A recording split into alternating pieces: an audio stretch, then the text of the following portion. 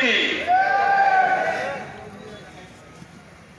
School কলেজে পড়ানো হয়, জনসংখ্যার সমস্যা 1 নম্বর সমস্যা। কথাটা ঠিক নয়। জনসংখ্যাটা জনসম্পদ। জনসংখ্যাকে নিয়মিত ঠিক মতো প্রশিক্ষণ দেওয়া হয়, একটা বিরাট সম্পদে পরিণত হবে। বাংলাদেশের সমস্যা নাম্বার 1 প্রবলেম অফ পপুলেশন, এ কথাটা ঠিক নয়। Number 1 problem in Bangladesh is corruption. দুর্নীতি হচ্ছে সবচেয়ে বড় সমস্যা। বাংলাদেশ থেকে দুর্নীতি উচ্ছেদ যদি করা যায়, দেশ এমনি ভালো হয়ে যাবে।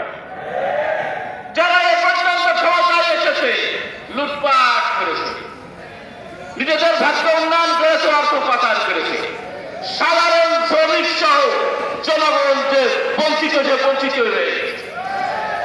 অতএব আমাদেরকে এই অসৎ নেতৃত্ব শেষ করে সৎ নেতৃত্ব প্রতিষ্ঠা করতে হবে।